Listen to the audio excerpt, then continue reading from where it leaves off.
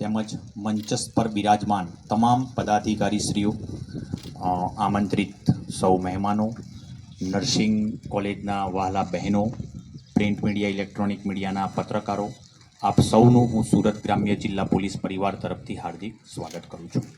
મિત્રો, મારી સ્પીચ આપું એ પહેલાં હું માનનીય સાંસદ શ્રી પ્રભુભાઈ વસાવા સાહેબનો વિશેષમાં આભાર માનવા માગું છું કે આ સુરત ગ્રામ્ય જિલ્લામાં તેમજ માંડવી વિસ્તારમાં છેલ્લા કેટલા સમયથી માર્ગ અકસ્માતોનું પ્રમાણ વધ્યું છે, તો તેને અંકુશમાં લાવવા સારું એમણે જે ઝુંબેશ ઉપાડી છે અને એમાં અમને પોલીસ પ્રશાસન, આરટીઓ પ્રશાસનને જે સહભાગી બનવાનો મોકો મળ્યો છે એ બદલ હું સાહેબનો આભાર વ્યક્ત કરું છું. મિત્રો, આપણે જે આજે આ ટ્રાફિક જાગૃતિ રિલેટેડ વાત કરીશું એમાં આપણે સૌ સવારમાં ઉઠીએ છીએ તો અખબાર વાંચીએ છીએ અથવા તો આપણે મોબાઈલ જોઈએ છીએ, તો એના વિવિધ પ્લેટફોર્મ ઉપર આપણને અકસ્માત રિલેટેડ સમાચારો પણ આપણે વાંચીએ છીએ, પણ આપણે ગંભીરતા નથી લેતા. કેમ કે એની અંદર જે અકસ્માતોના સમાચારો વાંચીએ છીએ ને એમાં કોઈ આપણા મિત્ર, પરિચિત, ઓળખીતા, સંબંધી હોતા નથી, એટલે આપણને એની ગંભીરતાની અસર થતી નથી. પણ જો હું આપને વાત કરું કે 2024ના આંકડા, હજુ 25ના આંકડા વિશ્લેષણ હજુ આવશે, પણ 2024માં સમગ્ર ભારત વર્ષમાં એક વર્ષમાં સરેરાશ 5 લાખ જેટલા માર્ગ અકસ્માતો થાય છે. આ અકસ્માતોમાં 1,80,000 જેટલા વ્યક્તિઓ, મીરભાઈએ કહ્યું એ પ્રમાણે કે અકસ્માતમાં 1,80,000 જેટલા વ્યક્તિઓ મૃત્યુ પામે છે. હવે આ જે 1,80,000 વ્યક્તિઓ મૃત્યુ પામે છે ને એમાંથી 67% લોકો 18 થી 35 વર્ષની ઉંમરના હોય છે. એટલે તમે કલ્પના કરો કે એ ઉંમર એટલે યુવાધન. હવે આપણે આપણું યુવાધન અકસ્માતમાં આપણી બેદરકારીના કારણે વેડફી દઈએ છીએ. આપણા મોદી સાહેબનું 2047નું વિકસિત ભારતનું સ્વપ્ન છે. એ સ્વપ્નને સાકાર કરવા માટે આપ સૌનો ફાળો ખૂબ જ અમૂલ્ય છે. આ હું એટલા માટે આપને કહું છું કે આપના માધ્યમથી જ આ વસ્તુનો રકાસ અટકશે. માર્ગ અકસ્માત અટકાવાશે તો પહેલાં તમારો જ અમને ફાળો જરૂરી છે. તમે આ એ જેનજી એવી પેઢી છો કે તમે તમારી પછીની ને તમારી આવનારી પેઢી, એટલે મીન્સ કે તમારા પછીની ને પહેલાંની પેઢી, આ બંનેને તમે જ પ્રેરણા સ્ત્રોત છો. તમે જો ટ્રાફિકના નિયમોનું અત્યારથી પાલન કરશો તો તમારા મમ્મી પપ્પા, તમારા ભાઈ બહેન એ લોકો તમને જોઈને અવશ્ય શીખશે અને શીખવાની કોશિશ કરશે. કેમ કે તમારે એમની સાથે લાગણીના સંબંધો છે. બીજી વસ્તુ કે તમે જ રૂલ્સ ફોલો કરશો તો તમારી પછીની પેઢી તમને જોઈને કરવાની જ છે. જેમ કે હમણાં પેલા સાહેબે કીધું કે તમે વિદેશોમાં જશો ને તો નાનું બાળક એના મમ્મી પપ્પા સાથે ટ્રાવેલિંગ કરશે ને ત્યારે એના મમ્મી પપ્પાને 4 વ્હીલની અંદર સીટ બેલ્ટ પહેરેલા હશે. એવું નહીં કે ચલાવનાર જ, પાછળ આગળ બધે બેસનાર સીટ બેલ્ટ બાંધશે, એટલે છોકરું પણ જોશે. બીજું, ટ્રાફિક સિગ્નલ ઉપર ગાડી ઊભી રહેશે ને એટલે એના દેશના નાગરિકો, જે પણ શહેરના નાગરિકો છે એ લોકોને પણ જોશે કે ભાઈ બધા જ ટ્રાફિકના નિયમોનું પાલન દરેક પ્રકારના વ્હીકલ્સ એ રીતે કરતા હશે. તો એના મગજમાં શું ઘર કરી ગયું હોય ખબર છે કે ભાઈ આ ટ્રાફિકના નિયમોનું પાલન એ આપણા દેશનું બંધારણની જોગવાઈ મુજબ ટૂંકમાં કરતા હોય છે. એટલે એ એના ટ્રાફિક રૂલ્સને તોડે જ નહીં. કેમ કે એના મગજમાં એવું જ હશે કે ભાઈ આ રૂલ્સ તોડીશ તો દેશદ્રોહનો ગુનો થશે, એવું એના માઇન્ડમાં ઘર કરી ગયું હોય છે. તો એ જ જગ્યા ઉપર આપણો દેશ જુઓ.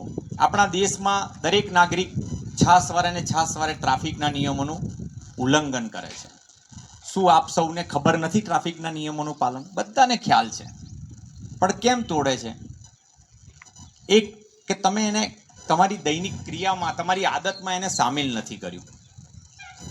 આ બધું ટ્રાફિક અવેરનેસની ઝુંબેશ સરકારશ્રીએ પણ હમણાં જાન્યુઆરીમાં દર વર્ષે ટ્રાફિક મંથની ઉજવણી કરવામાં આવે છે. ટ્રાફિક મંથની ઉજવણી મિત્રો એટલા માટે કરવામાં આવે છે કે આ રકાસને, આ અકસ્માતનો જે રકાસ છે એને અટકાવવાનો છે. હવે આ બાબતે હું આપને સુરત ગ્રામ્ય જિલ્લાની વાત કરું કે સને 2025માં એક વર્ષમાં સુરત જિલ્લાના માંડવી ખાતે વી.કેર કોલેજ ઓફ નર્સિંગના વિદ્યાર્થીઓ દ્વારા અને જિલ્લા પોલીસ વિભાગના વડા અને ટ્રાફિક આરટીઓ વિભાગના વડા અને સ્થાનિક અમારા જનપ્રતિનિધિઓ સૌ સાથે મળીને રોડ સલામતી અવેરનેસ પ્રોગ્રામની આજે શરૂઆત કરી રહ્યા છે. આજે ડગલે ને પગલે આપણે જ્યારે વાહન ચલાવતા હોઈએ છીએ ત્યારે આજે યુવા જનરેશન છે, યુવાઓનું ફેટલ અકસ્માતો ખૂબ મોટા પ્રમાણમાં જોવા મળે છે અને પોલીસના આંકડા મારફત પણ આ પ્રતીત થયું છે કે સૌથી વધારે આ બાઇક અને ટુ વ્હીલરથી ફેટલ અકસ્માતો થઈ રહ્યા છે. ત્યારે આપણા દેશના યુવાધનને જે રીતે દેશના વડાપ્રધાન નરેન્દ્રભાઈ મોદી સાહેબે ચિંતા કરી છે, 2047માં સંપૂર્ણ વિકસિત ભારત બનાવવાની કલ્પનામાં મુખ્ય આજે જેનજી જનરેશનને કેન્દ્રમાં રાખીને જ્યારે મોદી સાહેબ ચિંતા કરતા હોય ત્યારે આપણા બધાની પણ એક જવાબદારી બને છે કે આ કોઈના એકના એક દીકરા કે કોઈના દીકરા કે કોઈ સમાજના દીકરા અને ભારતીય નાગરિક તરીકે એક એકની સલામતી એ આ દેશ માટે ખૂબ જરૂરી છે.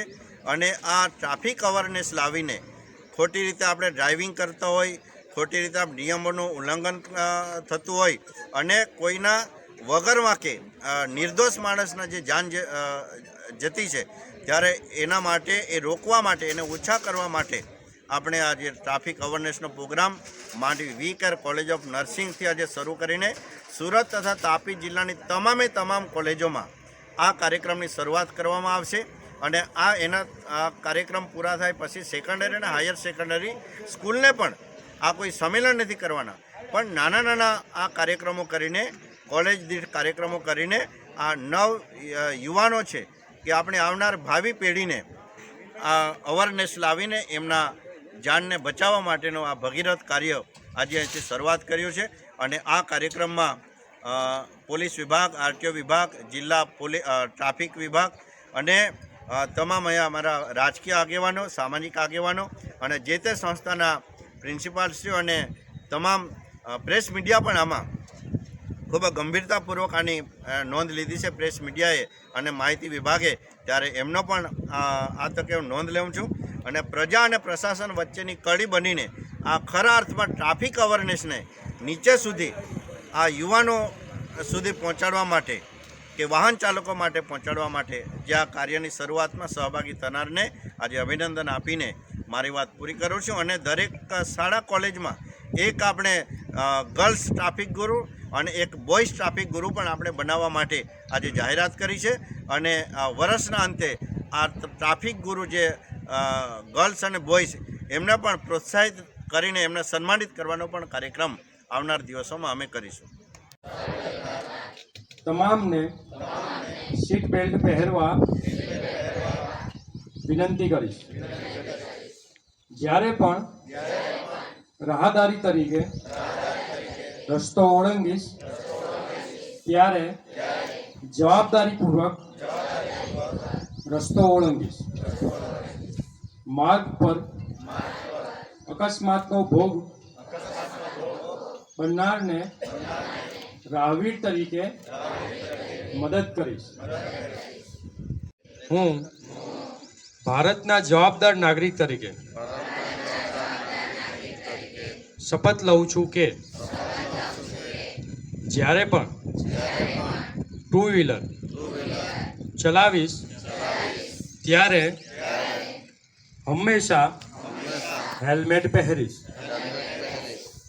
વાહન ચલાવતી વખતે